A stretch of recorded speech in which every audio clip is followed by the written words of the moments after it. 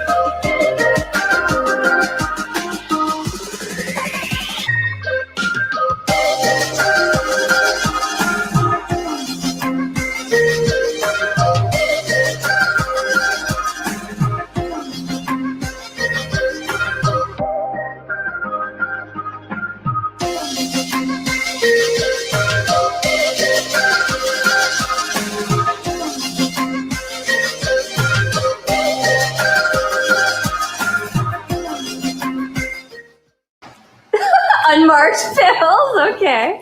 Ooh, essential oils, purification. Oh, peppermint, la la la. Love it. I am worried about Jordan, testing positive. He doesn't have any breathing difficulties right now, but he definitely has a cough that's been really bad and that's been hurting his chest.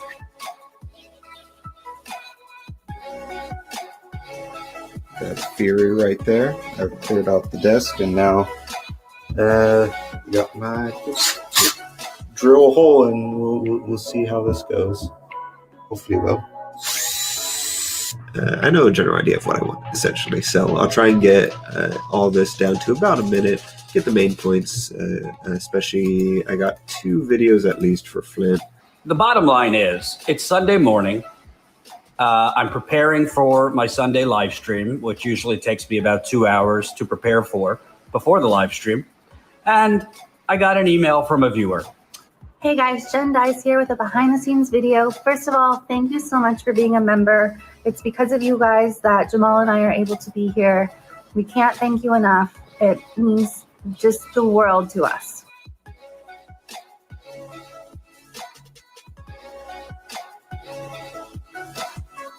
Millions and millions of people have been laid off. Millions more have had their hours cut. We're kind of living in a quiet, silent depression. What do you call 45 million people filing for unemployment? $1,200 in 3 months makes no sense. Makes absolutely no sense. Everybody should be paying attention to what's going on because this is happening in every county, not just Louisville, Kentucky. And that's why the world is like, wait a minute, enough's enough. And one thing I do know is if you're not sitting at the table, you are on the menu. And it seems like we continue to be on the menu. I don't want to have to lose everything that we worked really hard for. We've been struggling for 5 years, and then we finally got everything together, and it just instantly went away. Literally driving across the country during the pandemic, talking to people, finding out what's going on. There are people such as yourself and other people that are telling the true story of what is happening.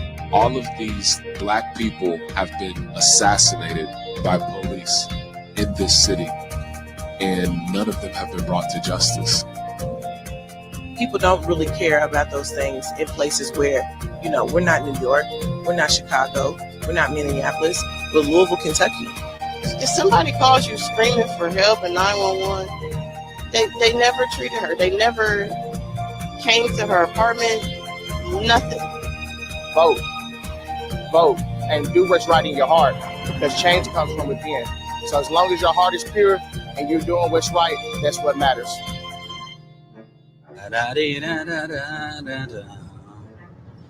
Once upon a time, there was truth in journalism, where brave men and women gave voice to the voiceless. But then the corporations bought the journalist, poisoning the news that we are fed. With those tainted sources, all we ever ate was a steady diet of status quo. This hijacked narrative hid the truth of mass suffering, injustice, and corruption throughout our land. Status quo, status quo, status quo, status quo. To expose this shift to oligarchy came a band of honest journalists. They left the studio and hit the streets to give the microphone back to the people. From sea to sea, the people were empowered to share their truth.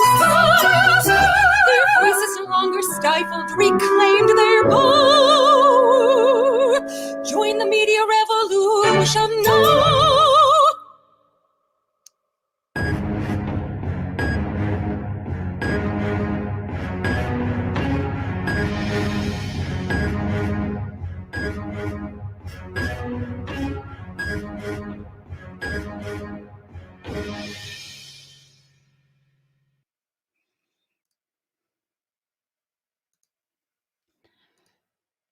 Hey, Jordan Sheridan live.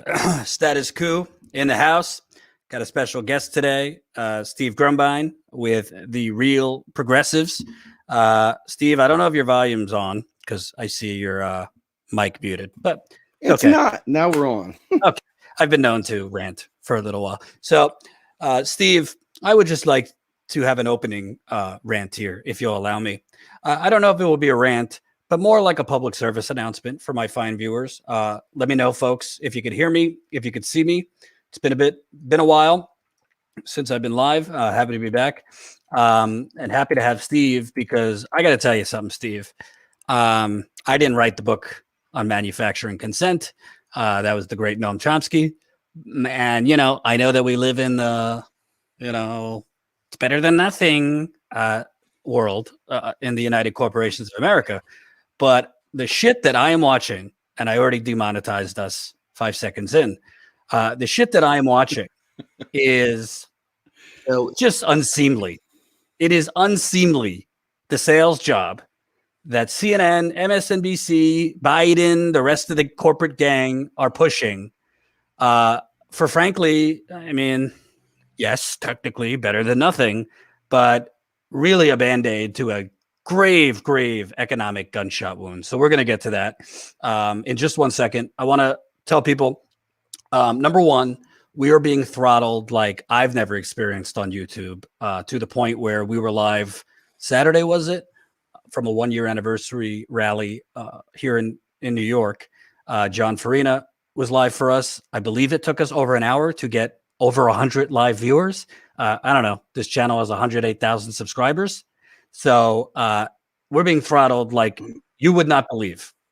And I'm not really big on desperate emails. We need help, but we do need help. So if you have a couple bucks today, please drop it in the super chat. Support us, Status Coup, membership, all that good stuff. I don't know the answer. We got to figure something out, because honestly, the way things are going on YouTube, I don't even know how to persevere. I know Real Progressives has dealt with this on Facebook and other places. I don't know how to persevere when you're being throttled. What I mean by throttled is hidden. People aren't seeing when you're live or when you post videos. It's really, really bad. So please, if you can, drop it a super chat, share this live stream, smash that like button. We already got 200 people watching. 134 of you have pressed the like button. We'll talk a little bit more about all this throttling in a bit. So, Steve, I want to start by the obvious. Obviously, in life, whether it's economically or anything else, it's better to get something than nothing. So it's better to get some relief than no relief. But I think the reason that we have the gross income inequality that we have, which is just is a vaguer term for grand larceny, our money being stolen for the last 40 years, is because we've allowed the media, the Democratic Party, the Republican Party to feed us that the only thing that's possible is what we just got, which was 1.9 trillion. And we'll go through the list of what you get and all that. I think the child tax credit is good. I mean, a $1,400 check is better than nothing. But when I saw President Biden go out today in his very short speech, remind you, all of his speeches seem short. Thank you, Adrian, $10 in the super chat. Keep it coming. I got to tell you, to me, it's not even gaslighting. It's completely just lying about what they're giving you. I want to play just a short snippet, if you'll allow me, Steve, from Biden and this talk today, because they're trying to do a sales job. They think the problem with Obama's stimulus, which was another Band-Aid for a gunshot wound, they think it's just that we didn't sell it hard enough. So now Biden, Vice President Harris, they're going around town, extolling how great this is. I want to play this and get your thoughts. Let's take a look.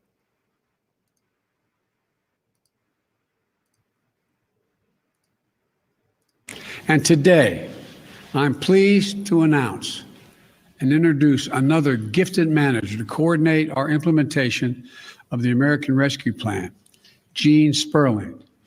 Gene will be on the phone with. That's not what I want. The American Rescue Plan is already doing what it was designed to do, make a difference in people's everyday lives. And we're just getting started. By the time all the money is distributed, 85% of American households will have gotten a $1,400 rescue checks. To give one more example, for the average family of 2 parents and 2 children making a combined income of $110,000 a year, that's going to add $5,600 for them. $5,600 they'll get. And the plan does a lot more. It extends unemployment insurance for the 11 million Americans unemployed and any who will be unemployed in the near term. It'll help hundreds of thousands of small businesses keep their doors open. And it provides food and nutrition help for the millions of families, keep them from going hungry, keeping a roof over their heads. And it expands health care. All right, so I can't listen to any more of that, but you get the point. You get the point. I don't know if you heard it, Steve, but oh, I heard it. He calls $1,400 a rescue. Calls $1,400 a rescue, and I already know what I'm going to get because I've seen it on Twitter. Well, Jordan, would you rather not have had it? Well, obviously, you'd rather have something than nothing. But I don't know, Steve. You know, you're not rich. You've had some economic issues. You just had a pretty hefty hospitalization for COVID. Luckily, you're okay.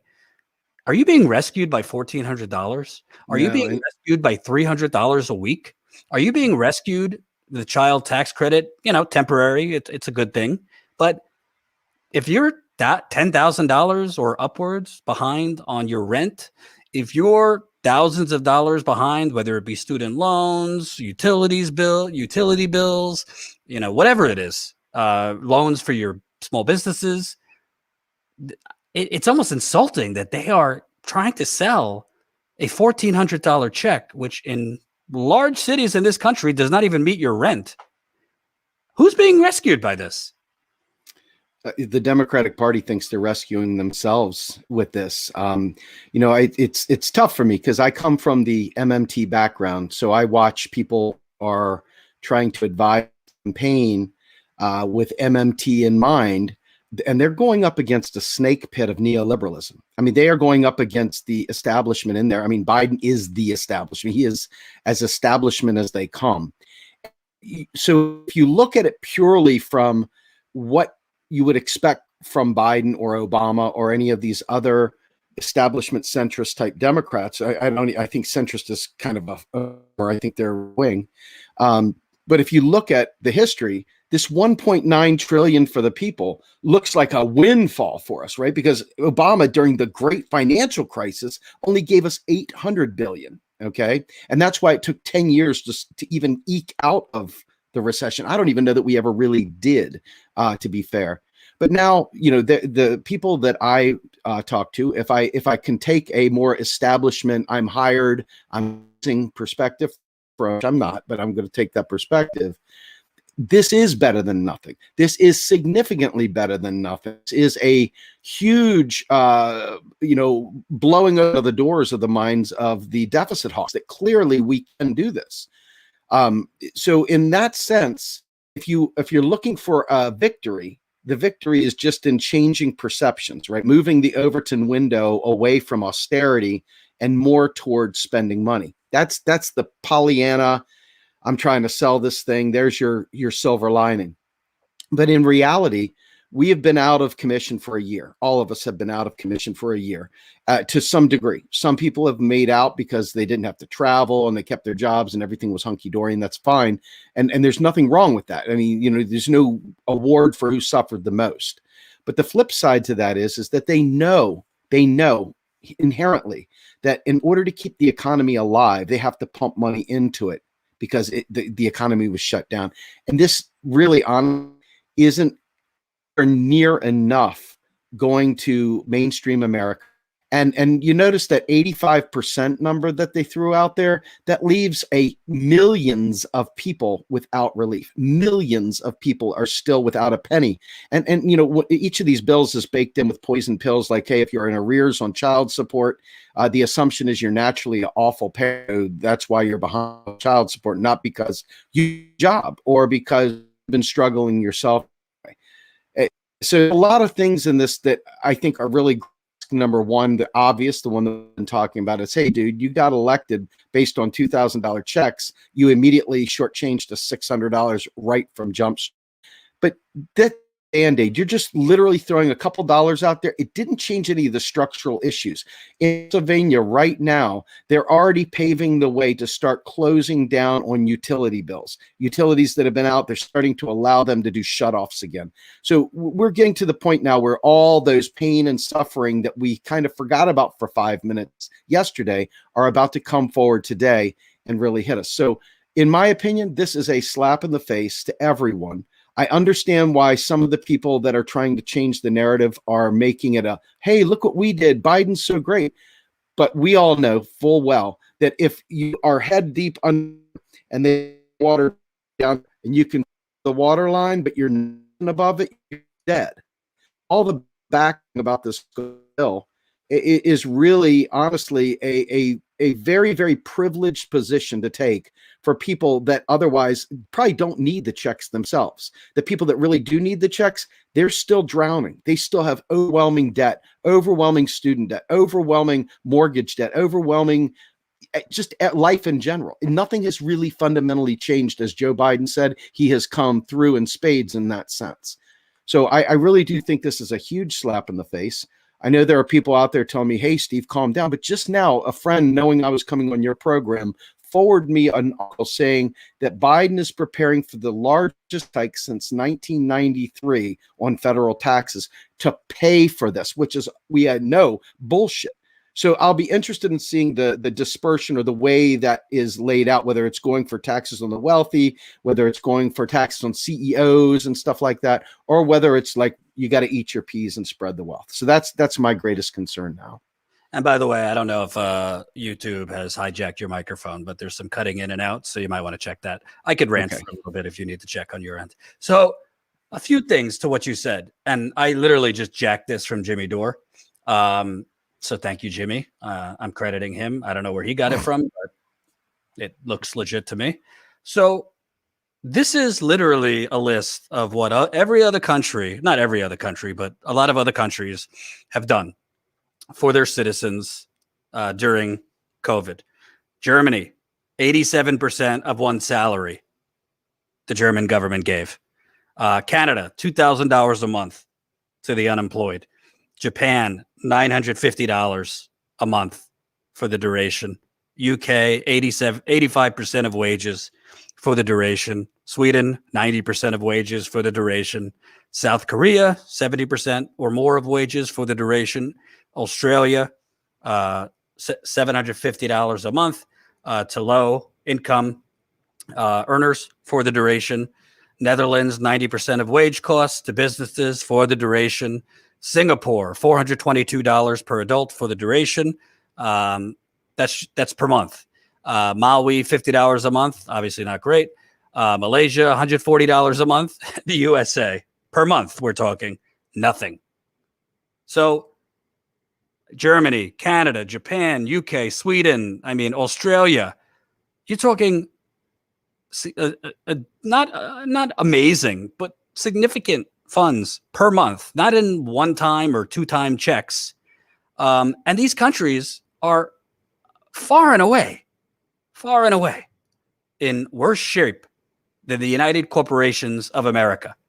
Yet somehow, and by the way, this is not just a Democratic thing. Somehow, this is presented as, I'm hearing terms of rescue checks, survival checks. I've even heard it from so-called progressives. I'm not going to, call AOC and the rest Lucifer. I think they, in their heart, are for a lot of the policies we're for. But at the end of the day, I watched the video AOC did. It was one of these, like, Now This News viral short videos, making this out to be the New Deal or close enough to the New Deal. And I'm wondering to myself, and keep those super chats coming. We badly need them. We're being throttled like you would not believe by YouTube. Behind the scenes, we're having some conversations right now on what we could do about that. But in the meantime, I don't know what other way to say it. We need your help financially. We've taken a significant hit the last 2 months, thanks to YouTube and their fucking shenanigans. Excuse my French. But Steve, yes. I just read you the list, and I don't know what they're talking about. $1,400. God bless. I don't want to make people think I'm struggling. I'm not. My wife does okay, and I'm not, rolling in it like a Rockefeller through Status Coup, but I'm living, I'm eating, I'm not dying. But, I just look at, I know $1,400 wouldn't even cover my rent for the last 15 years. $1,400 would not cost the shit. I recently moved. I have $1,400 every month and shit we're finding in this house that's wrong. if not more than that. And then you look at the unemployment a month that they even allowed it to be struck from $400 to $300 because of President Manchin. $400 a week was a fucking insult. But President Manchin speaks and we must cower. The progressives won't even fight him. Yeah, I'm talking to you, Bernie. The progressives won't fight Joe Manchin. How are you going to force Joe Biden to do anything if you won't open your mouth? Then I look at the child tax credit. Steve, I heard not one news anchor other than, slobbering over Joe Biden with this talking point, it's going to cut child poverty in half. I have not heard one of them ask, why do we have such significant child poverty?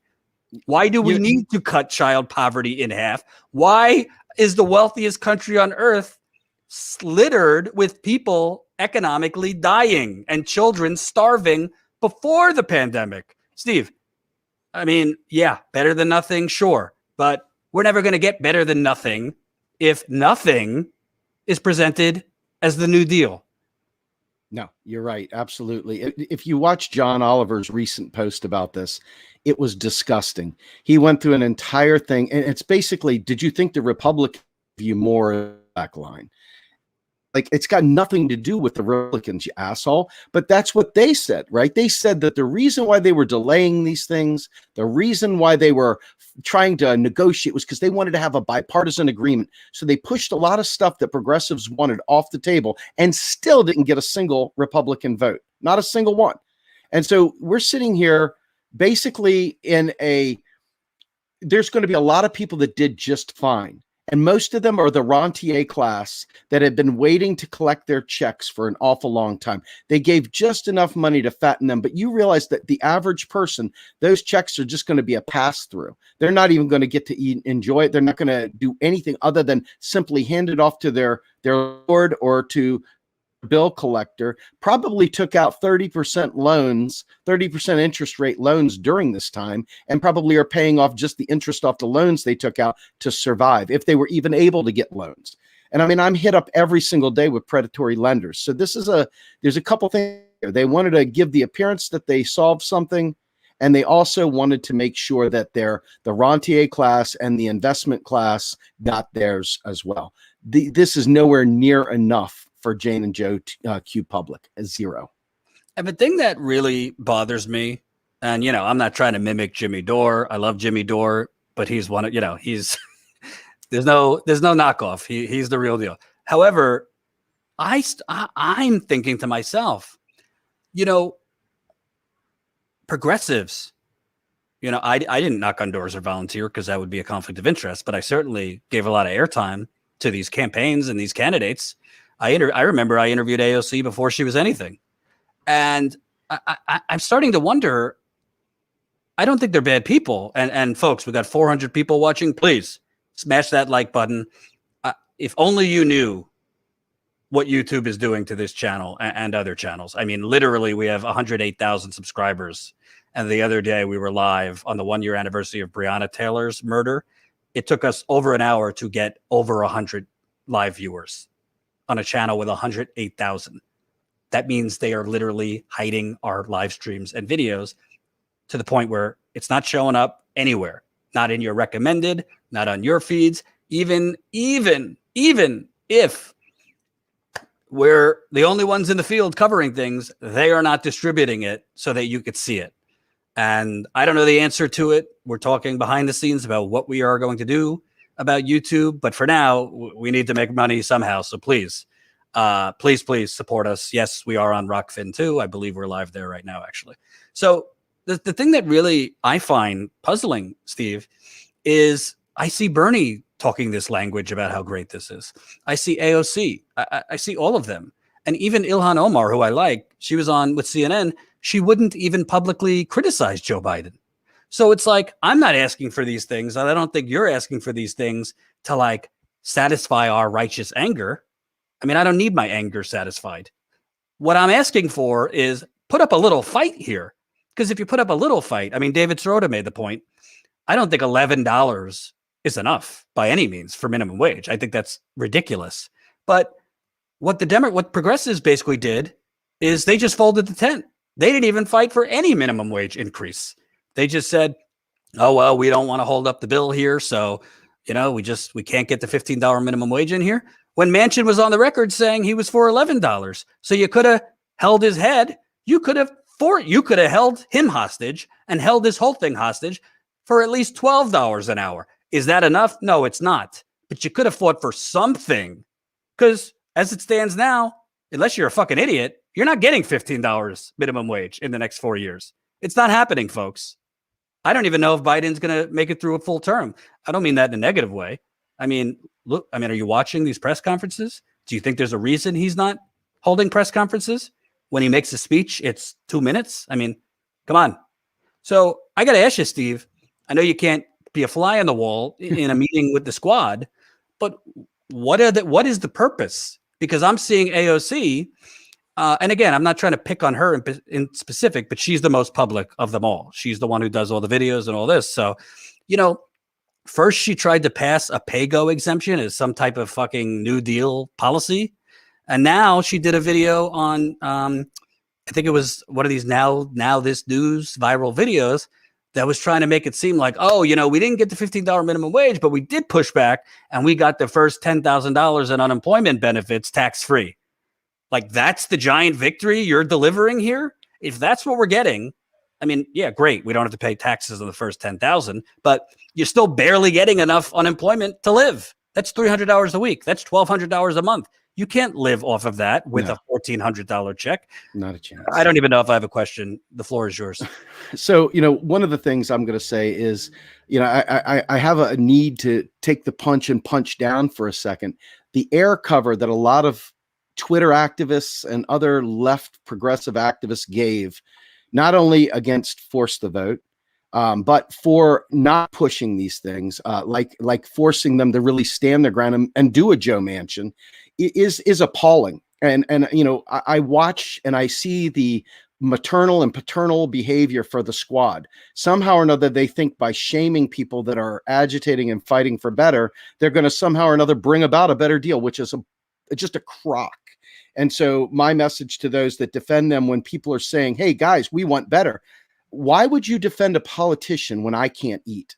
Why would you support a politician? It's like you're choosing, you shut up and suffer a little quieter over there, because these guys are playing chess. Remember, they're smart. They don't have enough power. It's always an excuse, but it's like the answer is always to shut the person down that is fighting for better. And I find it to be utterly shameful, those that did that. And I mean this, it really appalled me to no end. Now, you want to complain about tone and stuff like that. God, if you're really reduced yourself to a tone police, check yourself, right? That's really the language of privilege talking right there. So there's a lot of... I don't even think it's about tone. I think it's just about common sense. Honestly, at the end of the day, we all know, and these progressive politicians know, you basically have 3 to 4 months in a new presidency to get the flagship stuff done. After that, in this polarized climate, the other party's going to shut down. And you have in your own party, President Manchin, who says now, I'm not doing anything else unless we have Republican votes. Absolutely. So this was the time. This was the main window to get anything. And the thing that I find striking, and let's name some names here, Steve. Let's have some, shall we? 440 viewers. Smash that like button. Super chat's welcome. My old boss, Cenk. I'm not fond of for other reasons, but let's just talk on this. I don't think Jimmy Dore is a god. I actually think a lot of people don't like when I say it. I don't think he went about it the right way. Yes, on tone. I don't think calling AOC and the rest of them fucking Lucifer and fucking this and fucking that. Generally, I don't think that's going to get you what you want. However, Probably not. I think Force the Vote was right.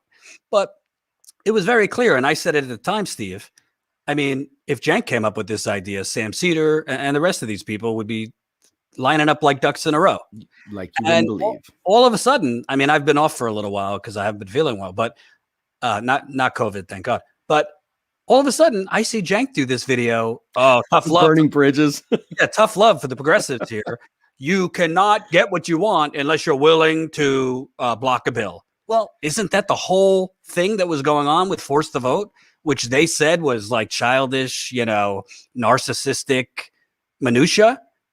He literally was advocating for Force the Vote. And obviously, Cenk, whatever I think about him, we're not getting what we want on if Cenk Uygur pushes for it or not. The point is, But the point is, all of a sudden, these people who were shitting on it, actually fighting in January, all of a sudden are saying, why aren't you fighting? Well, where is the consistency? And I will tell you, because I happen to know a little bit about human psychology. AOC is subject to public pressure on Twitter. All of these people are. They love the adulation and they don't like criticism, as AOC has shown. And that's fine. They're politicians. They're, everybody's got some insecurities and they don't like being criticized. But what I don't understand is this was the only window you had to actually force him left, because Biden couldn't just say, all right, well, we're not going to pass anything. That's not possible. Politically, it's not possible. He had to get something through.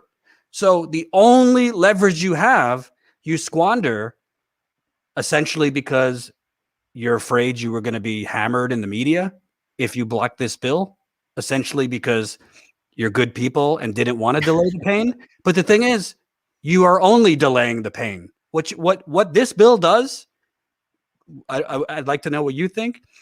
It is a Band-Aid. This child tax credit is a year. If they made it permanent, I would credit Biden. They're not going to do that because their donors won't let them. This unemployment, if you're lucky enough to get it, because we know the unemployment system is a bureaucratic nightmare, is $300 a week. That's $1,200 a month. Band-Aid to a gunshot wound. $1,400 check. I've already seen people all over Twitter and elsewhere saying it's already spent. So what else are we going to getting? What else are we getting in the next 4 years? I'd love to know, because the way I look at it, progressives, including Bernie, just squandered their only opportunity to get anything. And I'm seeing Bernie, instead of fighting Manchin, fighting Biden, doing what he said. And I'm an old school OG Bernie guy. I appreciate what he did for this movement. But, what have you done for me lately is the question. You're an elected senator and you can't just live off of what you did in the past. He's sitting here, wanting to do hearings and invite Jeff Bezos in. That would be great. But what did you do when you had an opportunity? Bernie could have blocked this bill himself. AOC, Roe, Perilla, Jayapal, Ilhan Omar, Jamal Bowman, Cory Bush, all these people who are trying to sell this lie that this is sufficient, they could have blocked it very easily. Very easily. Yep. And they didn't. And I just, for the life of me, Steve, I don't understand why. I really don't. All I can say is that we keep looking the electoral process to solve our problems. And I have seen no evidence whatsoever that we're going to solve our problems. I mean, people want to start phone banking. Let's organize. Let's go door knocking. Let's do these things. Well, why don't you go organize and door knock for mutual aid so we can actually do direct action to really put pressure on them? See, it's amazing to me that there's so many people that are within this movement that genuinely believe that the only form of activism available to us is voting, carrying a sign, wearing a hat, and taking a selfie. And that's about the only kind of activism a lot of them believe in. They don't believe in actually blocking traffic. They don't believe in a targeted strike, like getting the truckers and the train, and airlines and stuff to go on strike, or longshoremen blocking shipments, blocking, important stuff to get the word out. They don't believe in it. They think that's too hard. And so we've got to change the way they think about things. The money is only but a small part of this. It really comes down to, is our government captured? And if we have to get money out of politics, that's kind of a almost like a foggy term. It's like, well, what does that really mean? Are we going to stop paying for political ads?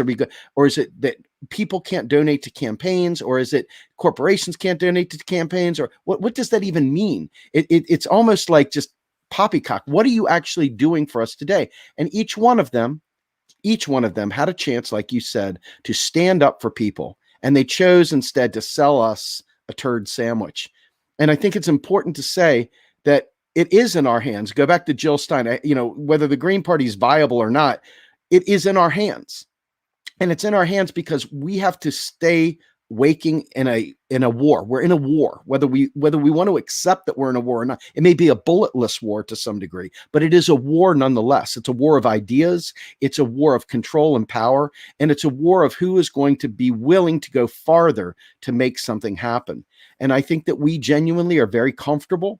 We're afraid to actually step out. We keep going back to things that didn't work last time. We think they'll work this time.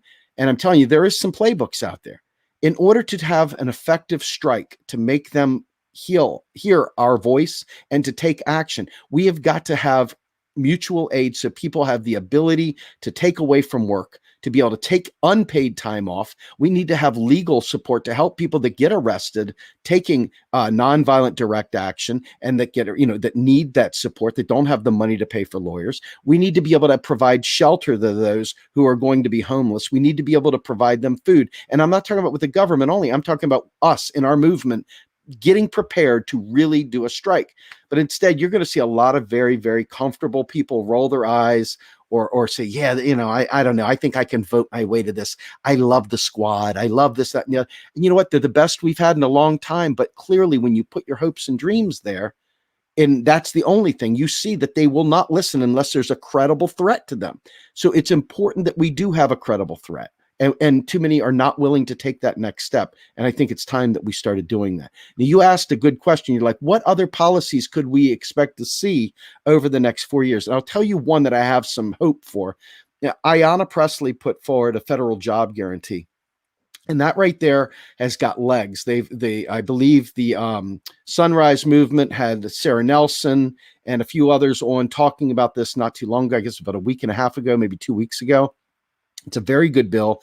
That is real game changer. That is a huge game changer. And so it would be neat to see the wage. It would neat to see the benefits package that comes with it. And it would be neat to get progressives, if they want to really rally around some bill and some electoral politics that they seem to fetishize, then let's go for it. Let's go ahead and push the federal job guarantee through. And that right there will counteract the stranglehold that capital and the big businesses have on us, because you can't subsidize a shit wage when somebody's working another job. You can subsidize a shit wage with a UBI. You cannot subsidize a shit wage because the person's already working a job. So you've got to meet or beat that wage to get them over to work for your company. And if you can't, you're going to go out of business. So this is the way you change society. This is where you put power back into people's hands electorally. If you believe in electoral politics, this is an opportunity right here to show your worth and jump behind a federal job guarantee. That's the only positive that I can see in that realm, because there's not any energy for Medicare for all, although I hear a bill is going to be released here in the next couple of weeks. So we'll see what that looks like. But overall, I think that a lot of people are really afraid to apply the pressure required. And there's a lot of people running around shushing people, wagging their fingers, scowling at them for daring to push back against the squad. And, it's shameful. It's like, class traitor against the working class by doing that. So, yeah, I said it. So I'll stand by it. And we got 500 people watching. So please, if you have not, do your patriotic duty. Smash that like button, thumbs up button right under the live stream. Like I said, we are being throttled like nobody's business. Maybe we'll talk about that in a bit, Steve, because I know your fair share. Please smash that like button. Keep those super chats coming. I'm keeping a list, and I'm going to read them at the end, so I will read your super chats. I also think, listen, I've avoided calling people sellouts, this and that, and the other thing. At a certain point, you just got to call it what it is. You are selling your constituents out. You're selling the progressive movement out, because we're not asking. I don't think anyone, I don't even know if Jimmy has been. I don't think we're saying if you don't get it done, you're dead to us. I'm saying you can't get it done. What is that? You miss 1,000% of the shots you never take. Yeah. You can't get anything done if you sit there and continually participate in this neoliberal false dynamic. And the neoliberal false dynamic is, well, $750 billion is the best we could do during an unprecedented global financial crash in 2008. It's the best we could do to get 2/3 of it being tax cuts. For those of you that remember the good old days of Obama and the financial crash, it's the best we could do. Now we're living in, it's the best we could do, a $1,400 check. By the way, we should have been fighting at $2,000 checks. That should have been a fight, because that's not enough. Canada and the rest of them have been doing that per month. But us, the wealthiest country on earth, can only do a one-time check. Yeah. The whole pandemic. And I keep hearing these talking points, Steve. A family of 4, this and that, is going to get $5,000 or $7,000. Well, how much have they lost? How much have they lost in the last year? I mean, CNN, let me, for those of you with high blood pressure, turn away. But let me play you this clip. I had Eva, who's a great journalist out in LA. She's helping us out lately with editing clips and things like that. We'll intro you to her soon. She cut this clip. I mean, look at CNN slobbering all over this imbecile. Hold on.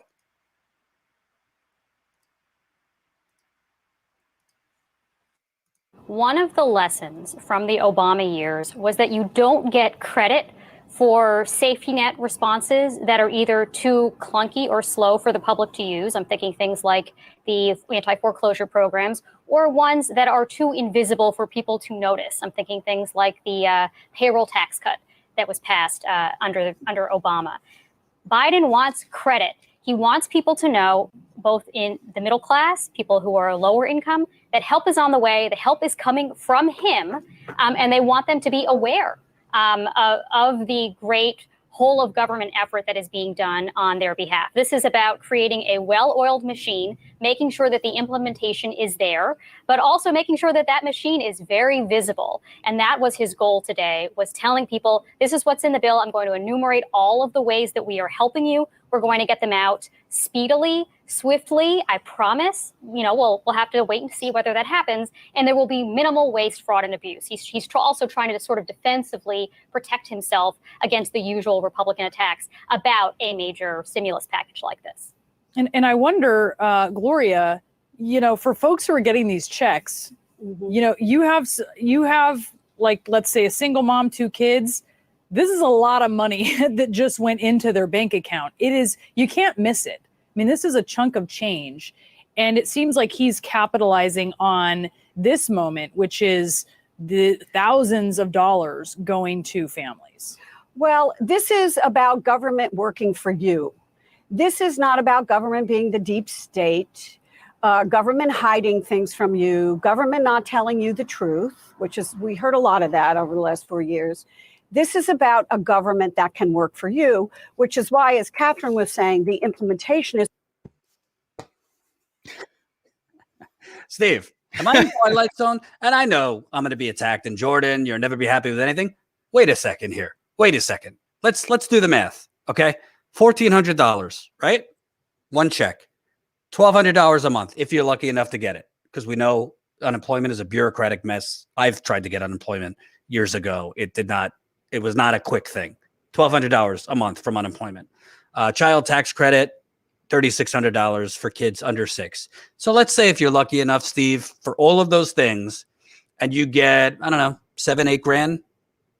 Oh, excuse me. No, with the unemployment, significantly more than that. But what I want to know, when they say a significant chunk of change, when they say government working for you, what happens? What is that? Musical chairs? What happens when the music stops?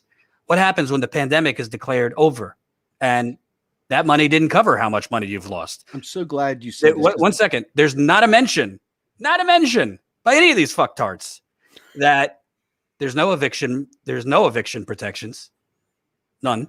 As far as I know, this bill does not extend a national eviction moratorium. Biden himself, in the town hall that he did with CNN, which was another slobbering love affair, said temporarily stops foreclosures. So he's basically telling you we're going to have a foreclosure crisis. I mean, I could go on, but they're dressing this up as if it's some new deal when it is literally the bare minimum for a gaping gunshot. Not to mention, yes, I'm picking on AOC here. I don't have the video. She did a Now This News clip extolling that you're not going to have to pay for your Cobra, as if that's enough. That this bill is giving, I think, $56 billion in subsidies to Cobra, which, taken from me, who was on it for 2 years, is the biggest scam in America. Am I being too harsh, Steve? No, not at all. And I want to jump into 2 things real quick. Number one, there is a rotating villain scenario that the Democrats use every single time to make it so that these bills won't pass. You get the champion screaming, I want to, we're going to do, and stuff like this. And then you've got Cory Booker, who randomly comes up and says, hey, we're going to block the cheaper pharmaceuticals. You remember that? And then we go, the next guy, hey, it's Manchin this time. The next time it'll be Nancy Pelosi. Next time it'll be Schumer. And then maybe it'll be some other person that has some rando complaint about it. And what they do is they purposely give this appearance, the very appearance, and it's a rotating villain. It's not the same villain every time. And so if it was the same villain every time, you could target them and get them. But no, they rotate it so it looks like they're fighting for you. But for that one senator, but for that one, congressman, we couldn't do it. So there's that. The other thing that's really important here is we keep talking about giving people money. This is the reason why a UBI is a bad deal. We should be canceling debt. There should be a debt jubilee, because there is no such thing as the debt tidal wave coming later. Hey, here's your money. Why didn't you take care of your debt? You should have done better, you poors. You know what I mean? This is one of those things where if you're actually trying to solve the problem, you provide student debt cancellation. You provide mortgage, literally wiping out the mortgage, wiping it out so it doesn't pile up. There's no leveraging that. It doesn't come back later. It's not like something you got to refinance. It's gone. And that right there is easily achieved by this government, but it chose instead to put the burden of the economy on the people. And that is why those who are lauding this, I say, shame on you. Shame on you, AOC. Shame on you, Ilhan Omar. Shame on you, every one of them, Pramila Jayapal, all of them. Shame on you for okaying this. This is all theater. For people that think money is the answer, it's not. Because what happens when that money dries up? They're back to 30% interest rates on credit cards. They're back to private debt. They're back to fattening Wall Street and private shadow banks, all the other stuff, these payday lending. All of these bad actors are just licking their chops, waiting for us to fall through the cracks so that they can raise GDP. Their sales raise GDP every time one of these parasite day traders and all the freaking debtors, these horrible predatory lenders, their bonuses, their income actually serves to boost GDP. That's why you hear people, well, GDP is up. Fuck GDP. GDP is, if we have a disaster and it wipes out all of Texas, all of a sudden we rebuild Texas. That's GDP. That's not anything great. I mean, the ridiculousness of thinking that giving people money is the answer, when in reality, it's the public services they need, because you're always going to need healthcare. It is also the debts that you incur that never go away. These private debt traps keep you in perpetuity. You almost have to give up your life to get out of them. And for those people that are not paying attention to the private debt trap, we have a great Emma Katerine podcast on my show, Macro and Cheese. Please look it up. It's worth your time. Emma really is a legal mind, a great legal scholar, great smart lady, and she's a DSA type organizer. She gets this stuff. And quite frankly, when she came on my show, she told me flat out, this is always the USA's business model. This is the business model. This is why they cut those checks so small, because they know that they've got to keep those guys in business too. They don't want payday lenders to go out of business. They don't want these shitty credit card companies to go out of business. They want you and I to be in debt to them. And that right there, my friend, is why these income, and they're nothing but gimmicks. They're gimmicks. Just like you said, it's a Band-Aid on a heart attack. And if you don't believe me, trust me, folks, I don't do much anything else anymore other than focus on the economy. And these are things that if you dig in and you think about, wouldn't it be better to wipe out that $1,000 a month student debt payment, or that $500 a month refinancing loan that you got at 35% because you couldn't afford to pay your bills? That's real relief. A debt jubilee is real relief. A couple dollars thrown at you, it's not real relief. That might be a second and makes people look good, but it's not real substantive relief. Please trust me on this. Well, there's also another element here. This isn't sexy enough to fit into CNN's narrative. That $1,400 check they sent you can actually be seized by creditors. Yep. That $1,400 check they sent you is subject to being seized, just like the original, what was it? The CARES Act or whatever they called it. Mm-hmm. Debt collectors can take that $1,400 check. I mean, that's happening as we speak. There's not a mention of any of that. And the thing that I find so crazy about this, okay?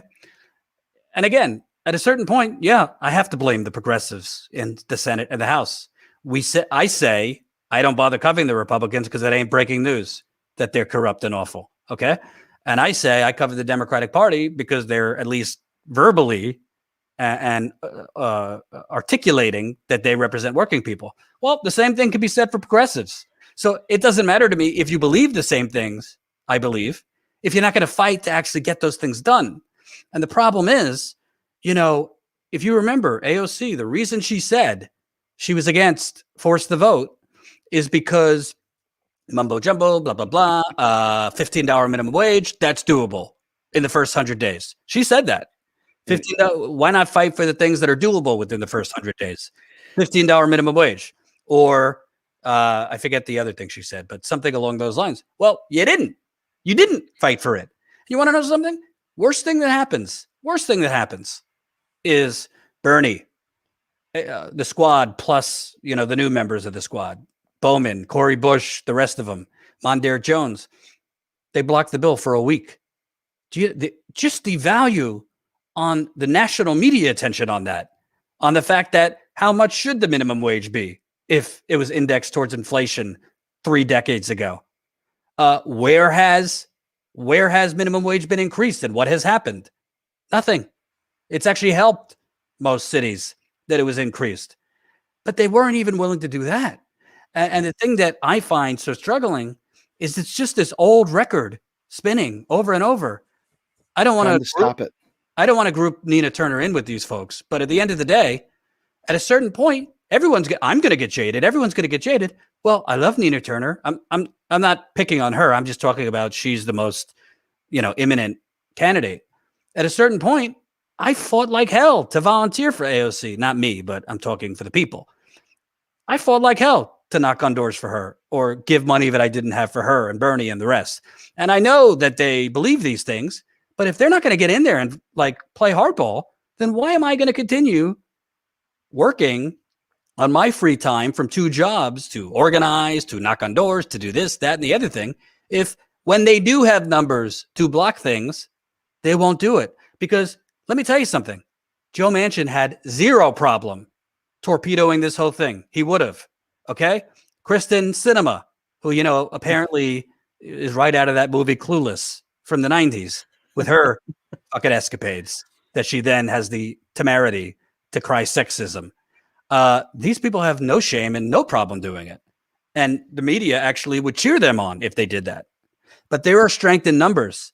And I don't understand. Bernie has been looking for, kindred spirits and kindred soldiers for 30 years in Congress. He finally has them, but I don't know. I don't know what he's doing. Maybe he's tired. I get it. He's 79 years old. He's been around the country the last 6 years. It's okay if he wants to hang it up. But if you're not going to fight Bernie, then do us all a favor. Go be the godfather out of the Senate. I mean, honestly, AOC and the rest of them, I don't want to hear about your organizing anymore. Yeah. I don't want to hear this term organizing. You're not organizing. You're folding the tent. And I got to tell you, Steve, I'm very fired up about this for a few reasons. No disrespect to Jimmy or Kyle or Crystal or any of these people, but I see this pain up close. Okay. I see the economic misery. I have not been out in the field as much because there's a, pandemic and I've already gotten coronavirus and I'm trying not to get it again or give it to my wife or my parents. But I've seen this economic misery. I've seen community after community, not Flint, Detroit, Milwaukee, Cleveland. I mean, you could go blocks and blocks and blocks. It looks like Iraq. No disrespect to Iraq. It looks like Iraq. Full cities in America. That was before the pandemic. So imagine what it's going to look like now. And this has happened under Democratic rule, under Republican rule.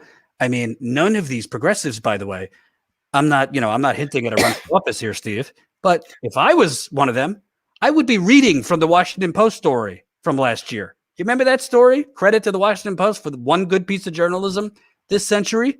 They got confidential documents from the Afghanistan war. Literally, generals were sending out marching orders, spend $3 million a day. It doesn't matter what it's for. Just spend it. Your budget is $3 million a day. Where is the fight?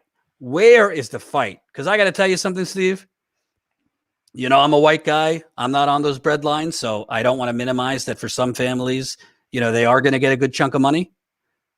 But I will tell you, if you follow up with those families in a year and a half, when the pandemic is over and the unemployment number is back to 4% or whatever bullshit number they put out there, Let's see how those families are doing then. I would venture to think they're not out of poverty then. No, this is a Band-Aid. I mean, you've said it. I've said it. It is a Band-Aid. And this is why cash is never the solution. I mean, it may be part of a solution, but it's never the solution. And because, honest to goodness, there is a huge amount of progressive activism that is, instead of fighting to force them to act. You remember Obama even said, make me do this, right? Well, there's a large group, and I see them every day trying to make us, well, no, you got to be patient. No, they're the best we got. No, you got to, don't beat them up. That's not helping. That'll help Republicans. And they do this day in and day out. And it kind of just eats at your soul. And you begin to realize that if these kinds of people are the ones leading the charge, they're afraid to put the pressure on, and then they collaborate and just become a blob of nothing. And it's like, but if we make phone calls, we can win. And if we door knock, we can win. Let's go ahead and create yet again another online organization where we can yet again do the same organizing that we've always done and pretend it's different somehow. And this is the constant insanity of doing the same thing over and over again. It has to be time. 2 Bernie campaigns in a row, an Obama hope and change that fell flat on its face, and now a Biden presidency when Biden, he barely even campaigned. I mean, Kamala Harris didn't get a single delegate. The electoral process is not there to serve us. And from the dawn of time, this country has sought to protect private property and capital, not people. Read Howard Zinn's history of the people's history of the United States, and it's right there for you to see. And it really galls me because, I do another show called The New Untouchables. And in that, we are interviewing the people that broke all the fraud with Countrywide, with Citi, all the revolving doors with the, all the people from JP Morgan, the Jamie Dimons and so forth, the Robert Rubins and et cetera. And people have forgotten about this, but it's still in play right now. And no one in Congress has the appetite to go for it. Most of the people don't even realize it's happening. And to piggyback on your point about them choking us on YouTube, we sat there and we had a 5-part miniseries about the great financial crisis with the actual players that were involved. And we would go to YouTube with 32 viewers, 32. And I'm like, what the hell is this? It's ridiculous. You're sharing, you're spam sharing, you're freaking going nuts. And literally 32 viewers. And literally we have the experts on there, Bill Black, so many people. And they were literally from the auditors to the people that were actually underwriting to the people that were inside of Countrywide blowing the whistle. And they know the stuff and they're still battling in court, but we're quiet about it. We're not paying attention to it. And the squad and Bernie and all of them they know this stuff and they're not doing anything about it either. So to see how bad this really is, you have to understand that the rich are really, really, really getting richer right now. And we are really, really, really getting poorer. And we've got an entire layer of progressives that are busy swatting down anybody that dare criticize the squad in this process. What a shame. What a freaking shame. And that's all I got to say. And I want to be clear because I don't, some people are triggered. You got those. I mean, one person in the chat who's a jerk off and I just told him to take a hike said, Jordan, I used to donate you, but then you voted for Biden. Fuck you and leave. Okay. If I can't honestly, Steve, there's a real problem in the progressive movement. Oh my God. You're not going to support the only independent outlet. I will take credit. The only independent outlet that actually leaves the studio and actually covers stuff in the field. The only independent outlet that gives a damn about Flint, Michigan 7 years ago, 7 years later. The only independent outlet that's actually on the ground covering black men being executed long before George Floyd was a national name. Because I voted for Joe Biden, then take a hike. I don't need you. The idea of electoral politics being the be all end all here, it just shows you how duped we are. Because even voting, I mean, I'm not going to go into, I did not vote for Biden. I did not. That's fine. I made clear why. And that's what I'm saying. I made clear why I did. I don't need to defend it. If you didn't, if you didn't, then you didn't. I did for my own reasons. But go on. All I'm trying to say is that you see clearly that voting for Biden or not voting for Biden or voting for Bernie and not voting for Bernie didn't change the outcomes any different than what the establishment meant for it to be. And that's all I'm saying. I'm not saying you were right or wrong. I don't care what you vote. Your vote is your constitutional right to have a vote. And people fought and died for the right to vote in this country. Unfortunately, though, I'm saying that the vote doesn't lend itself to a credible feeling of security that, yes, indeed, the people's will be done. I can't imagine seeing the country as a whole choosing Biden in the primary, much less choosing him in the general. You have two people that legitimately have a shot. I didn't do it, but that was my own voice. But in the primary, how the hell did Biden win that? Right? There's no way that people are that stupid, or are they? Are they really that stupid? That really is. It's hard for me to believe that. That's why I believe that I don't have any way of proving it. I just know that I don't have any confidence in the outcome of that vote. And I think it's a real shame because it undermines any credible way of having electoral solutions. Because if you can't trust the outcomes, you can't trust the people to actually work on your behalf. And we clearly see they're not. So one way or the other, I think that's an important disclaimer that it really didn't matter who you voted for. You got what you got in the end. And well, to me, I could go on for 5 hours going through every part of this bill and ranting about it. There's only one thing that I think is actually decent in this bill, and that's the child tax credit, which frankly, why do we even need a child tax credit? Why do we have this poverty? Because we have a starvation minimum wage in this country. We have no actual safety net. We have no universal health care. We have no just basic, Social Security, Medicare, if you're lucky enough to make it that long to get those basic protections. But going forward, to me, all of this coverage, and we didn't even get to the fact, by the way, that Biden announced Gene Sperling. Gene Sperling was going to be running the administration of the COVID relief bill. If you don't know, folks, Gene Sperling is another Goldman vulture. He made millions and millions and millions from Goldman Sachs, other Wall Street hedge funds. He's as corporate and corrupt as they come. That's Gene Sperling. So he's, of course, going to be administering the 1.9 trillion. But to me, going forward, what comes next? Because honestly, if they weren't going to fight here, and let me make something clear, because I know that there's some, Bernie lovers and everything in the audience, and I am too. I love Bernie Sanders. But at the end of the day, I don't worship any politician, and you shouldn't worship any politician or any media figure, me or anybody else. Public servant. Agree, respect people for what they've done, but you could criticize them in real time. But at the end of the day, the next 4 years is over now. It's over. We're not getting anything else. Maybe you'll get some neoliberal infrastructure bill, but that's it. You're not getting minimum wage. Sorry to tell you. You're certainly not getting Medicare for all. You're certainly not getting any type of UBI, government jobs program. Biden's just lost the public option. It's no longer in his vocabulary, even though that's what he said he was going to do on the campaign trail. That's gone. It's now shoring up Obamacare, whatever that means. So to me, if I agree with you, and I've been telling my audience this, I think we need to start thinking, I'm not saying don't work if there's a particular candidate that, piques your interest or you think is legit. Of course, it's your money, it's your volunteer hours, of course. But what do we do? Because to me, we have frankly progressives in Congress that do a much better job of tweeting and going viral than actual hard, brass knuckle politics. Frankly, why is there not a coordinated campaign among Bernie, the progressives in Congress, to push Amazon, these Alabama workers across the line down in Alabama? That would be a huge victory for progressives in this country. If you had the first unionization in Alabama, that would be a domino effect from there, not just for Amazon, but other companies. I don't see any organizing going on other than the workers. Keep your eyes open for Sarah Nelson. Keep your eyes open on Sarah Nelson. She's been really, she's the head of the airline union, the airline attendant union.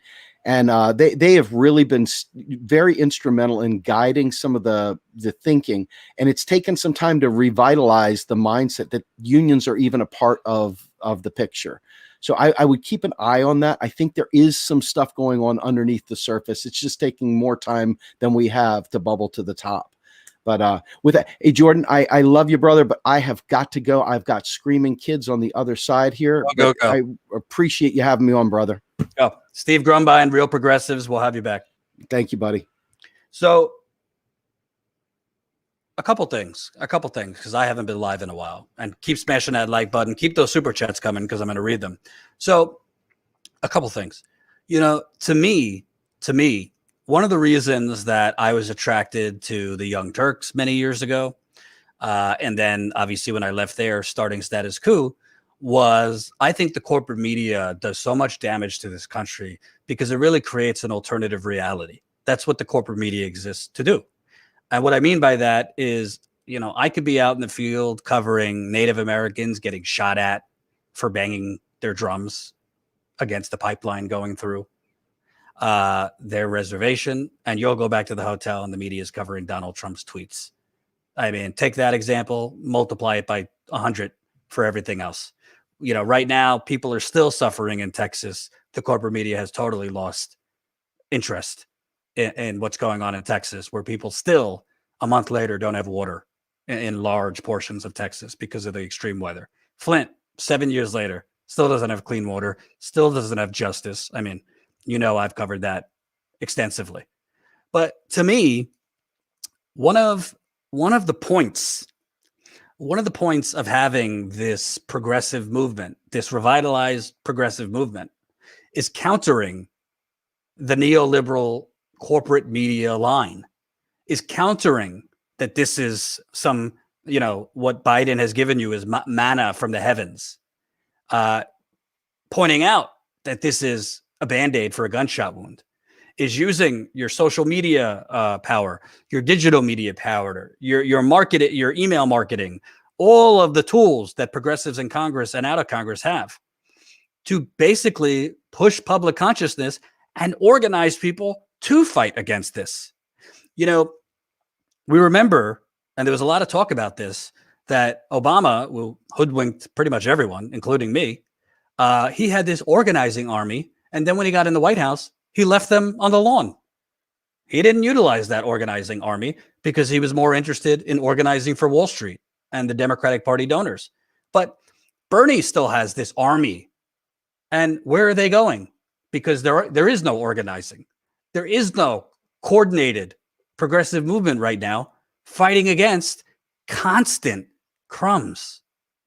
And again, for people that are really suffering, I don't want to say getting a $1,400 check is nothing, but framing that as if it's a rescue check or a survival check, I think if you took a poll, most people are not going to survive off of a $1,400 check or $300 a week unemployment or a child tax credit for a year. What are you going to do for those people after the pandemic, who a lot of their jobs are not coming back? A lot of their communities have gone under economically because of this pandemic. What are you going to do for those people?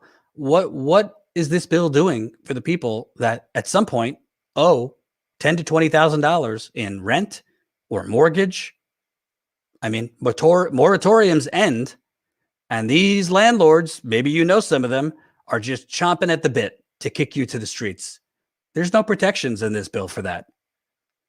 I'm already hearing in New York and other places, the landlords are already starting with the eviction notices again. There's no protections for foreclosures in this bill. It's all temporary relief. So in the wealthiest country on earth, that Biden, you know, a lot of big words about restoring the soul and all of this. All right, you got the crazy man out of the White House, but it seems like what's been restored is the neoliberal order. And my problem, and why I've been so kind of ranting during this live stream, we elected these progressives in the Senate, in the House, to fight the neoliberal order, not to continually surrender to it without even fighting. We elected them to fight the neoliberal order. Doesn't mean they're going to win on the first try. Doesn't mean they're going to win on the second try. But I'm tired of being sold that a pay-go exemption is some victory. I don't want to be sold that, oh, well, the first $10,000 in your unemployment check is going to be tax-free. That's the core of what we're getting here. Why is there no discussion? Why do we have such massive poverty that this child tax credit is needed? I mean, it's like we're living in an alternate reality. And the progressives, God bless them, I know they're under pressure in Congress. I don't see them fighting. I see them folding. And at a certain point, you know, I don't want to be childish and use terms like sellout and this. I mean, I don't see a point in all of that. But at a certain point, if you're not willing to even fight at all, if you're not willing to play any hardball, not even for a day, they weren't willing to block this for a day. Then what is your purpose in Congress? We don't need any more time to quote unquote push the Overton window. The Overton window, meaning public sentiment about these progressive policies, it's already with us. Medicare for all is overwhelmingly popular. So is a $15 minimum wage. Frankly, I think if the progressives would actually start talking about it, a $15 minimum wage wouldn't be popular because they'd get a $20 minimum wage to be popular. It should be closer to $25 minimum wage. But there's none of that. The progressives are basically folding and buying into, well, we just got to vote for it because people are hurting. Yeah, the people are always going to be hurting. That's the system that has been set up to continually keep the working class, the proletariat, in perpetual slow drowning as the aristocracy eats their cake and champagne. So, I don't know. It's frustrating. It's frustrating because, and somebody made a point, Jordan, the only way forward is a progressive third party. Yes and no. Yes and no. And I know there's been a lot of chatter out there about movement for a People's Party and things that they've done or have not done. You know, I haven't looked into any of it. I've been too busy. But I think that, honestly, I think this is bigger than having a third party, which I think would be helpful, or, you know, getting different candidates in that we think will fight more. Really what I think is, I think we need to really understand that the solution might be outside of government.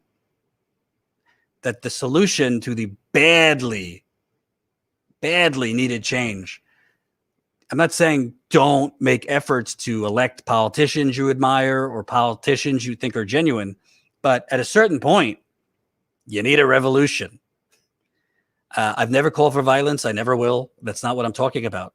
But at a certain point, people need to say, no, 1.9 trillion is not enough. It's not enough. No.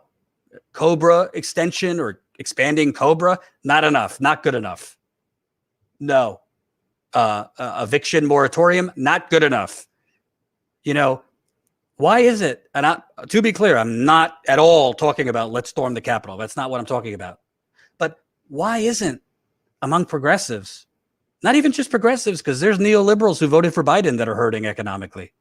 There's conservatives that are hurting economically. There's libertarians who are hurting economically before the pandemic and made worse during the pandemic.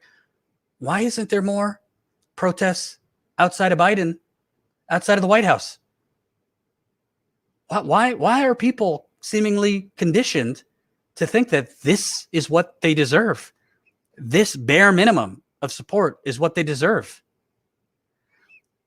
And they're not going to be unconditioned if the progressives do not fight for more. Unless there's some totally secret negotiation going on behind closed doors, which I doubt, as far as we know, they're not fighting for anything more. And the thing is, they are not powerless. AOC, Ilhan Omar, Rashida Tlaib, Ayanna Pressley, Ro Khanna, Pramila Jayapal, Cori Bush, Jamal Bowman, there's a couple more. They're not powerless. They currently have the numbers as a bloc to shut anything down and to say, we will not vote for this unless the Democratic Party and Joe Biden honor its promises. Because temporary relief during a deadly pandemic does not change the underlying rot of the system, does not change the fact why were so many people so vulnerable in the first place, that if something like a pandemic happened, they weren't going to survive. Why in America is so many people living paycheck to paycheck and so vulnerable that if a financial crash happened, if a pandemic happened, if something else unprecedented happens, why are people so susceptible from the bottom falling out in this country? So those are my thoughts. Let's read some super chats. Keep them coming. I appreciate the super chats. We badly need help right now. YouTube, honestly, I've never seen it like this. They've been throttling the hell out of this channel. They have been essentially hiding our live streams where people don't know we're live. Subscribers don't see we're live. Subscribers don't see when we post shorter videos. It's a huge problem. Honestly, I don't know the answer. We're talking about it behind the scenes right now, what we could do. It seems to be, honestly, there's a direct correlation between I publicly criticize YouTube on Twitter, the times that I have publicly spoken out about them totally wrongly taking down our live streams that should have never been taken down. When I've publicly shown that they are throttling us, it's like that switch gets turned even more. And no, this is not a conspiracy. We have data to show every single time that I criticize YouTube publicly, our channel gets throttled more. Our views get worse. Our live stream viewers get worse. There's not a reason in the world that a channel with 108,000 subscribers should be going live from live protests. Breonna Taylor, for example, the other day, 1 year anniversary of her murder, still no justice for her. It took us over an hour to get past 100 live viewers. That's not possible unless you're being intentionally suppressed. And also, to be clear, it's not right. We have normalized this censorship. We have normalized this suppression because it's a private platform and this, that, and the other thing. YouTube openly said we're elevating authoritative channels. CNN and Fox News, they said. They openly said this in 2019 without saying the rest, that we're burying independent channels. I mean, everything we're talking about, fighting for justice, fighting for economic justice, it's hard to fight if people can't get the information. It's hard to fight if people can't see your live streams when you're streaming from a workers' solidarity protest. New Yorkers were protesting in support of the Amazon workers in Alabama trying to unionize. We were there. Nobody fucking saw it. It's hard. It's hard to get any change if people aren't aware. They were already sending out eviction letters. We were at protests in New York City covering that. Do you know people to this day still think Flint's fixed? People to this day think Flint, Michigan has clean water again. They don't. We're the only freaking channel who covers it. We're the only ones still investigating it. Nobody sees our videos about it. Nobody sees our live streams. And people want to criticize me. I've seen people criticize. They go, Jordan, he's like MSNBC, he just begs for money. Yeah? Do you have a money tree in your backyard? Who these people who say this? You got a money tree that could fund us going in the field, us funding in the field reporting, which costs us $2,000-$3,000 a trip to go somewhere? Me and a cameraman? You got a money tree in your backyard to cover the equipment? You got a money tree in your backyard to cover the marketing costs, the social media costs, the legal costs, because we're trying to get additional legal resources to protect ourselves because we are investigating massive things? You know, it's just, I am, if you haven't seen, I'm a little frustrated. So let's read your super chats. 86 Blackberry White, $5. Sucks that Status Coup and other alt media platforms like Real Progressives are being throttled. Here's a little bit of money for you guys. Hashtag solidarity. Thanks so much. $5. Fly Chomper Fly, $5. Appreciate it.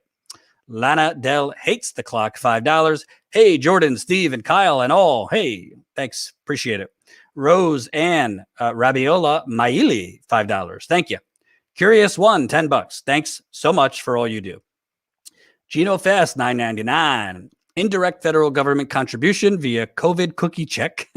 I support the status coup, not the status quo. I love COVID cookie check. Thank you, Gino. I really appreciate it. Vicky, $10. Shout out to Real Progressives in the chat. Steve Grumbine and Jordan, appreciate it. Mike Blair, $10. Thank you, Status Coup, for having Real Progressive Steve Grumbine on. Hashtag LearnMMT. Hashtag Each One Teach One. Oh, I like that. Each one teach one. Chris Wynn, $5. Yesterday drove through a city and 30% or more of small businesses were closed permanently, including local health clinics. The COVID depression is just starting. Chris, that's why, if you remember last year, we took a COVID depression reporting tour during a pandemic, mind you. We went, I think, Jersey, Pennsylvania, Ohio, Michigan, Wisconsin, Louisville. We went throughout this country telling the stories of actual living, breathing, real people that you will never see in New York Times or CNN. So thank you. John Seiner, $4.99. Status Coup and Real Progressives, weaponizing knowledge, activating revolution. Damn, I might steal that. John Doe, $10. Looking to dip my appendages in the writing world. Any outlets you could suggest for talented writers who don't have a worthless college degree but can prove his prowess if given the opportunity. John, just give me a few minutes because I'm going to give you. Don't leave, folks, because I have a little behind the scenes to share with you about certain stories that we cannot get picked up ourselves. But I'll have an answer on that. VA from New York, $13. $1,400, not enough to pay back our rent. It drives us back into the arms of our credit cards. Thank you. Michael Williams, $10. Jordan, who cares what is in the heart of the squad? The only thing that matters is how they vote, and they don't vote for us. You know, Michael, I got to admit it. You're right. You're right. It doesn't matter if they believe what we believe. It doesn't matter if it's in their heart. What matters is results, and they're not even trying to get results because they're not willing to fight. So I agree with you. Progressive Rocker, $5. Thank you. Donald Smead, $10. Thanks, Donald. Hysteric Raider, $5. Progressives don't have the numbers, they say, yet Joe Manchin is one man who holds more power than all of them, plus the president combined. Excuses much? Thank you, Hysteric Raider. That is the point. The progressives have more power than President Manchin, but they are not as cutthroat as President Manchin, and they refuse to use their power. Why is Joe Manchin willing to burn the whole village down? But the progressives, who actually have the truth on their side, actually have the wildly popular policies on their side. Manchin doesn't have the truth on his side. Manchin doesn't have the wildly popular policies on his side. Not at all. Yet progressives won't fight. You're absolutely right. I couldn't have said it better myself. Cat Purple, $20. Thank you, Cat Purple. People should save the money that they get and for the next department, and then watch the Vida administration do another bailout. I think you meant Biden administration. Do another bailout, 2008 recession style for the corporations. It is so easy to see they expect everyone to pay debt. Yep. Couldn't agree more. Mr. Methuselah, $10. Thank you, Mr. Methuselah. Another Mr. Methuselah, $10. The problem is that nothing in this relief package is permanent. After a year, everything goes back to the way it was. Nothing will fundamentally change. I agree with that. I think the new slogan is everything will temporarily change. It goes from nothing will fundamentally change to everything will temporarily change. Matt W., NZ, $5. If you trust a word these paid shill non-journalists on CNN and the like say, you must have been bored yesterday. Preaching to the choir. Preaching to the choir. Clipsies, $10. Appreciate it. Thank you. Cindy Nemo, $49.99. $50. Thank you so much. Thanks everyone who donates to Status Coup. Thank you, Cindy. That's very, very helpful. Thomas, $2. Appreciate it. John Franks, $5. Welcome back. Welcome back. By the way, that's a great segue. I wish I could say thanks for welcoming me back, because that would signify that I was kind of taking a break. In fact, the last 3 weeks, let's just round it to a month, I have been working 16 hours a day. And sorry, I haven't been able to figure out this cord, so you're going to have to just see the ugly cord behind me. I have been working approximately 16 hours a day on I don't know what other way to say it, on a incredibly corrupt investigative story. This story, folks, and I try to under promise and over deliver. this story, to me, is the biggest story of a government cover-up in the 21st century. Let me repeat that.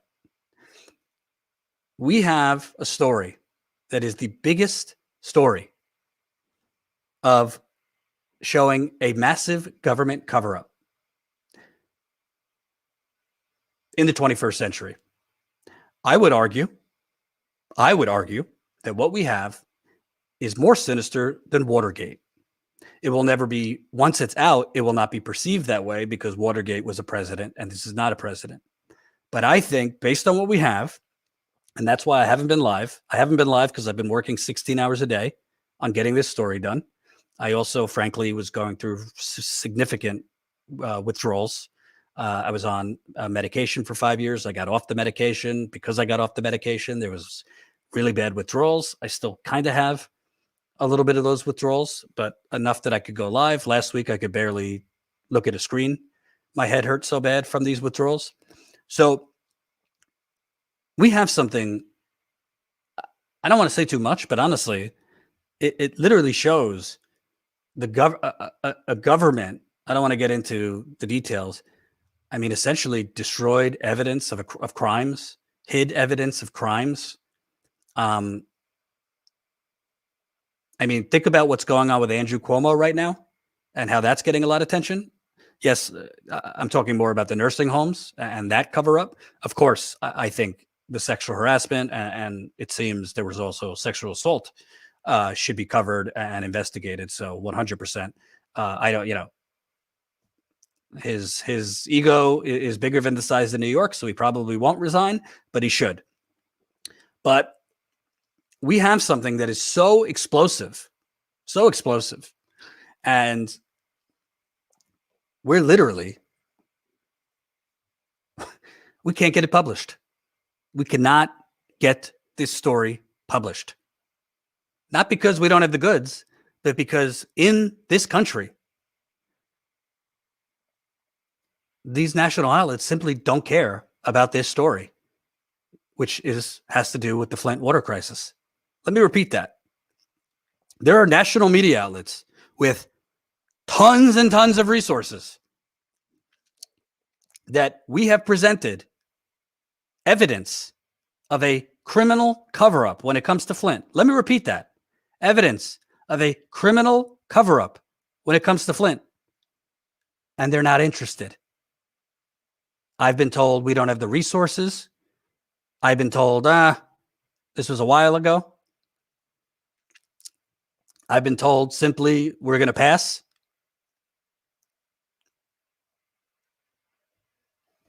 It is mind-boggling. And I will be writing a book one day or doing a documentary just on the media. Because if you guys had access to our conversations with corporate media outlets just in the last 2 years that have killed at the last minute major stories pertaining to Flint, that have passed on major stories pertaining to Flint, literally asking me, is there a connection to President Trump? Is there an angle on Trump? It's not big enough that an entire city was poisoned and still without clean water. They wouldn't do it unless there was a Trump connection. Right this moment, we have a story that shows evidence was destroyed, evidence was hidden, and several other things that I'm not going to say until it's out. And I have outlets that either tell me we don't have the resources, we don't have the staff, we don't have this, we don't have that. Yet they're very, very quick to write 4,000 or 5,000 word articles on bullshit. And I'm not, at this point in time, I am not going to name the outlet that I'm talking about because I don't want to bite the hand that might feed us. But there is an outlet who I happen to respect, by the way, that literally this is sitting in their inbox and they are doing nothing.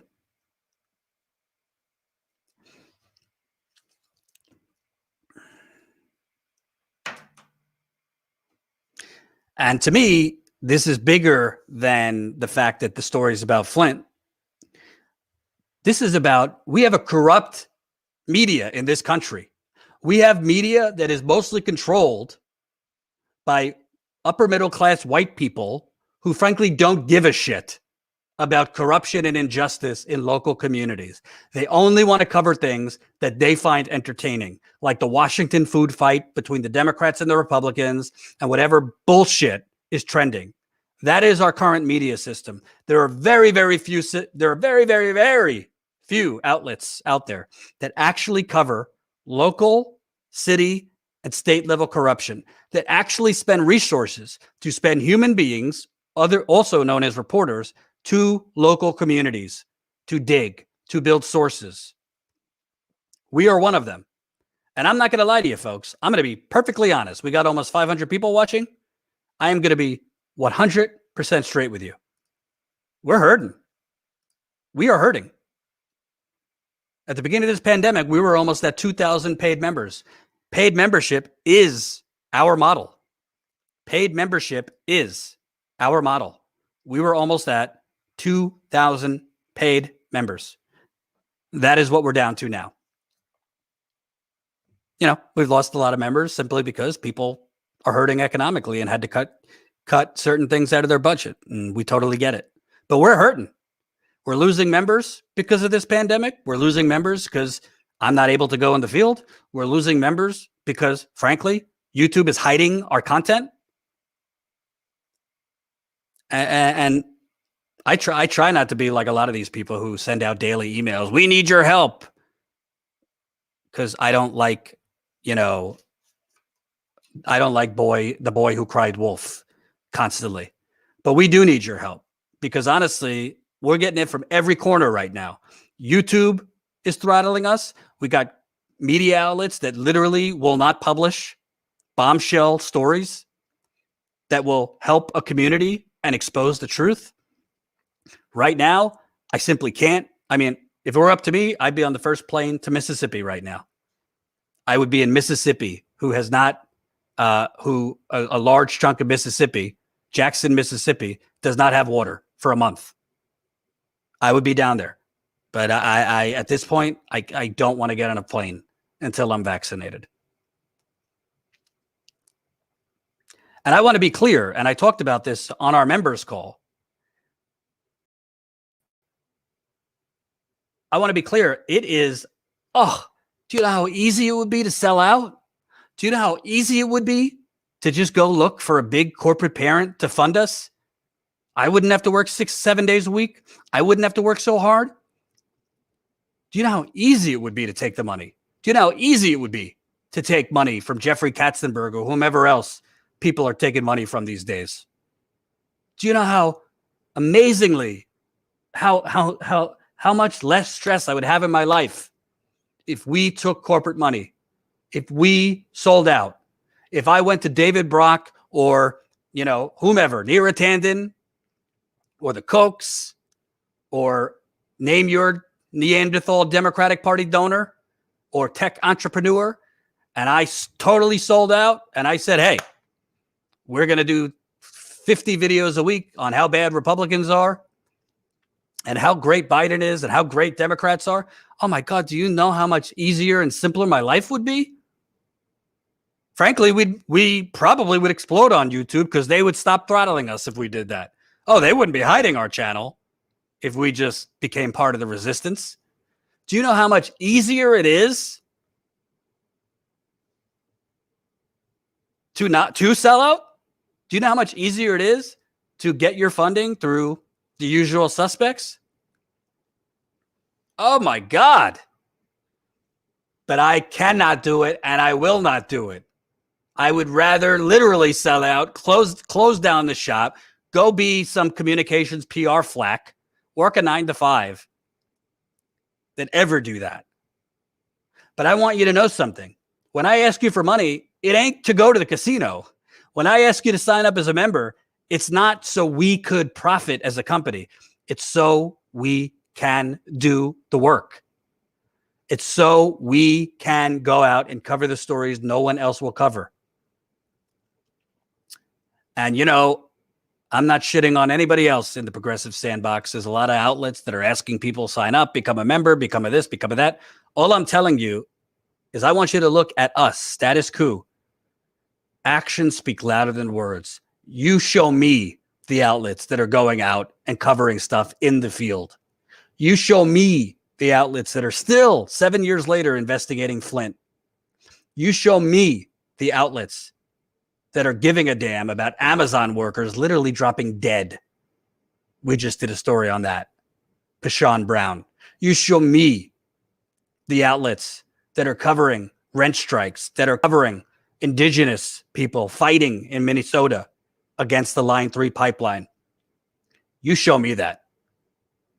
Because there are no other outlets doing it. We're the only ones. So I ask you, and I am not beyond begging, sign up, statuscoup.com/join, statuscoup.com/join. Your membership goes a very, very long way. You can become a member, $5 a month. That's 16 cents a day. $5 a month, 16 cents a day. Super, super important. We got to get our membership ticking back up because right now we're losing a lot of members. Part of that is because, frankly, it's been very difficult for me to go in the field. I mean, I have a wife. I don't want to get my wife sick. I don't want to get coronavirus again. There's variants going around, and I don't want to get on a plane right now while we're theoretically close to getting a vaccine. But please, if you can, sign up. It's very easy to do hot takes from a studio and build a channel that way. We do commentary also. It's a lot harder to actually make the effort and dedicate your life to going out and handing a microphone to people that do not have a voice anywhere else. Name me the outlets doing that. Let me read some other super chats that just came out. Black Freud, $4.99. Stay strong, brother. Appreciate it, Black Freud. Thomas Horder, $5. You got the Michael Moore connections now, right? He's got to be able to help if you speak more candidly with him. Just a thought. Very good thought, and I've tried that. So stay tuned if we have any progress on the Michael Moore end. Lynn B, $4.99. I appreciate it, Lynn. Thomas, another $5. Thank you. Thanks for the stream today, Jordan. It's nice to see you.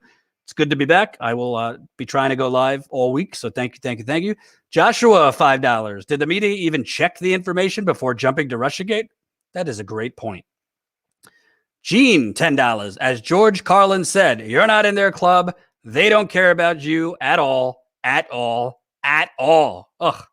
I miss Gene. I miss George Carlin. He was great. All right, folks. I really, really appreciate it. I really, really appreciate your super chats. I really, really hope, again, I'm really asking you, if you got the $5 a month, please sign up. We need you. I'm telling you straight up, we need your help. We need your help. Okay? We're being throttled like you would not believe on YouTube right now. We are being throttled like you would not believe on this platform. We're being throttled on Twitter too. So every single member helps us fund this. Okay? We're not sending out cheesy emails every day begging you for money. I'm on YouTube begging you the old-fashioned way. Taking off my glasses to do it. So please sign up as a member. If you're already a member, you know you could help us in Super Chat. We also have our GoFundMe that's still going. That is, let me give you the link for that. GoFundMe, Status Coup. Our goal is $200,000. Right now, we're at $139,000. So we've raised a good chunk of money. But as a reminder, for those new, we do not have $139,000 in the bank. No. We do not have this much money in the bank. I wish we did. That is how much we have cumulatively raised. Since 2018. And we have used the money on an ongoing basis.